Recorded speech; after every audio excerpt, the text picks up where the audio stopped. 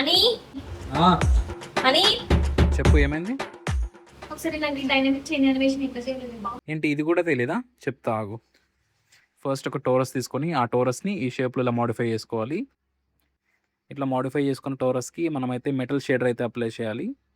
So దీనికోసం మెటల్నెస్ అనేది ఫుల్గా ఇంక్రీజ్ చేసి ఈ రఫ్నెస్ వాల్యూ కొద్దిగా అడ్జస్ట్ చేసుకుంటే ఈ ఎఫెక్ట్ అయితే వస్తుంది. దెన్ ఇంకో ఆబ్జెక్ట్ని డూప్లికేట్ చేసుకొని 90 degrees రొటేట్ చేసి ఇలా అయితే పెట్టుకోండి. ఇలానే మీకు ఎన్ని ఆబ్జెక్టులు కావాలంటే అన్ని ఆబ్జెక్టులు ఇలా డూప్లికేట్ చేసుకొని పెట్టుకోండి. ఇప్పుడు ఈ చైన్ లింక్లో ఫస్ట్ టాప్ వన్ సెలెక్ట్ చేసుకొని ఫిజిక్స్లోకి అయితే రండి. ఈ ఫిజిక్స్లో రిజిడ్ బాడీ అనే ఆప్షన్ ఉంది కదా, ఇది క్లిక్ ఇవ్వండి. ఇందులో రిజిడ్ టైప్ వచ్చేసి యాక్టివ్ తీసేసి ప్యాసివ్ అయితే ఉంచండి. ఇక్కడ యానిమేషన్ ఉంది కదా, దీన్ని ఎనేబుల్ చేసి అండ్ ఇక్కడ షేప్ ఉంది కదా కొల్యూషన్లో, దీన్ని మెష్లోకి మార్చుకోండి. ఇప్పుడు సెకండ్ లింక్ సెలెక్ట్ చేసి మళ్ళీ ఫిజిక్స్లోకి వచ్చి ఇందులో రిజిడ్ బాడీ సెలెక్ట్ చేసి ఇక్కడ ఏం చేంజెస్ చేయకుండా ఇక్కడ షేప్ ఉంది కొల్యూషన్లో ఇక్కడ మాత్రం మెష్ పెట్టుకోండి. ఈ సెకండ్ వన్ సెలక్షన్లో యాక్టివ్ ఉంచి షిఫ్ట్ పట్టుకొని మిగిలివన్నీ సెలెక్ట్ చేయండి.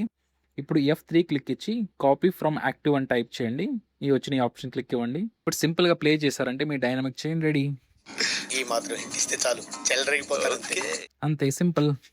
ఇలాంటి మరెన్నో బ్లెండర్ టిప్స్ కోసం మన ఛానల్ సబ్స్క్రైబ్ చేసుకోండి. ఇలాంటి చాలా ఉన్నాయి ఇంకా దాచాం.